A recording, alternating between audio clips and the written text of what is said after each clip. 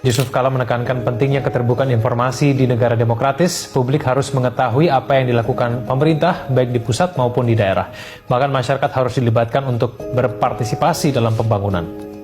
Dalam suatu negara yang demokratis, pentingnya bukan partisipasi masyarakat yang luas.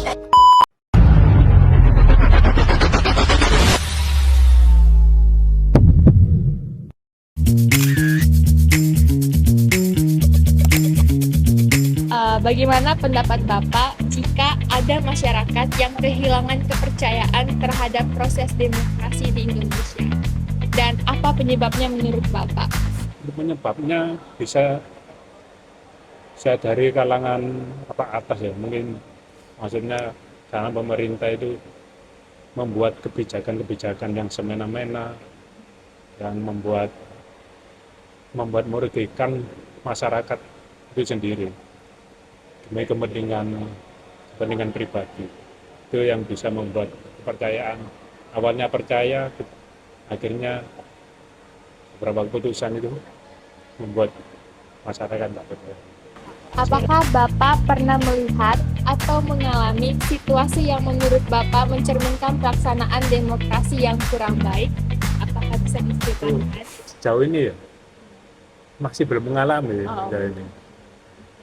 Karena saya juga nggak terlalu ikut yang itu masalah demokrasi kayak jadi saya kurang tahu. Kalau sekitar saya masih belum. Iya.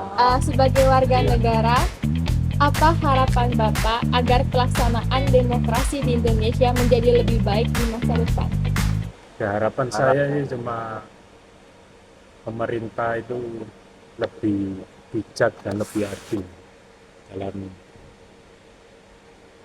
melakukan sebuah keputusan peraturan, tidak tebang pilih gitu.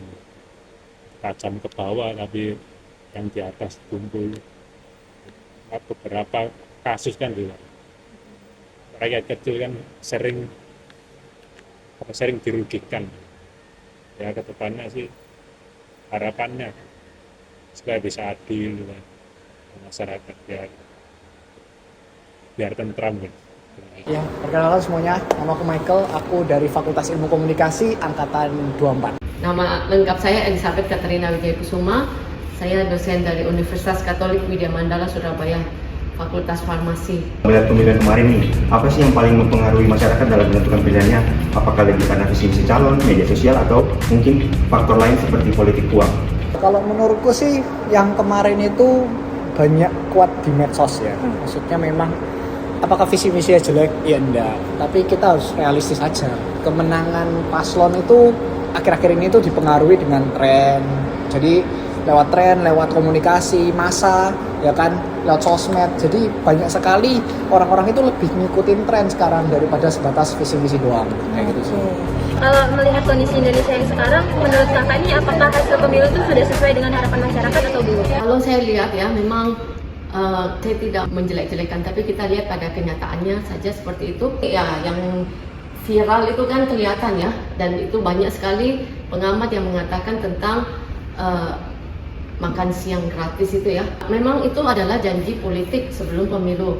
Nah, tetapi pada kenyataannya, pelaksanaannya banyak tidak tepat sasaran dan malah menyebabkan yang makan itu sakit. Jadi saya rasa itu sudah kelihatan sebagai program yang gagal gitu ya.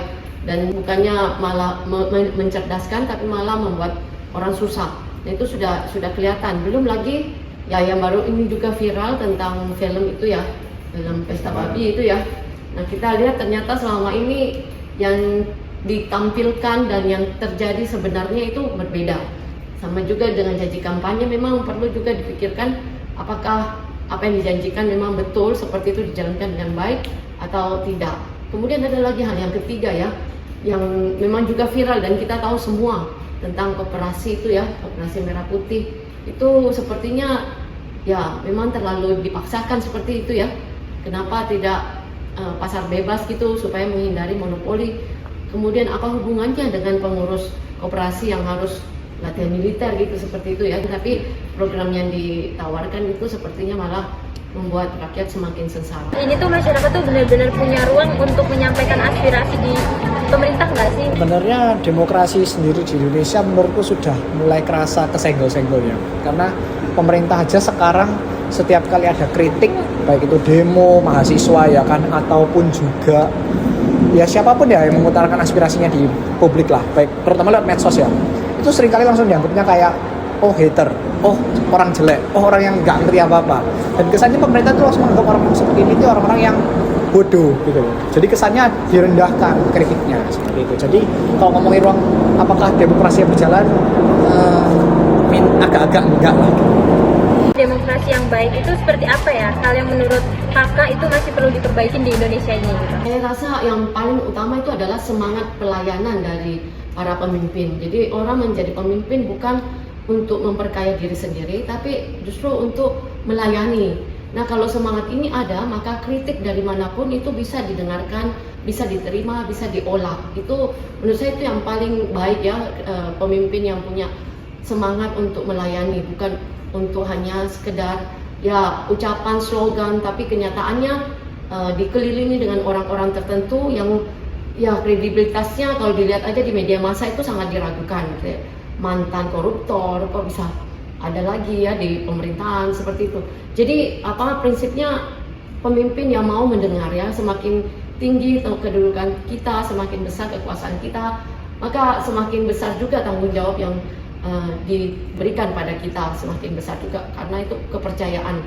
Dan saya mungkin kita juga perlu ingat ya, sebagai pemimpin kita bukan cuma tanggung jawab kepada rakyat, kepada masyarakat, tapi juga kepada Tuhan ya. Semoga nanti diketuklah, disentuhlah hatinya ya, melihat, maulah membuka mata melihat rakyatnya yang cukup menderita karena kebijakan-kebijakan yang tidak pada tempatnya.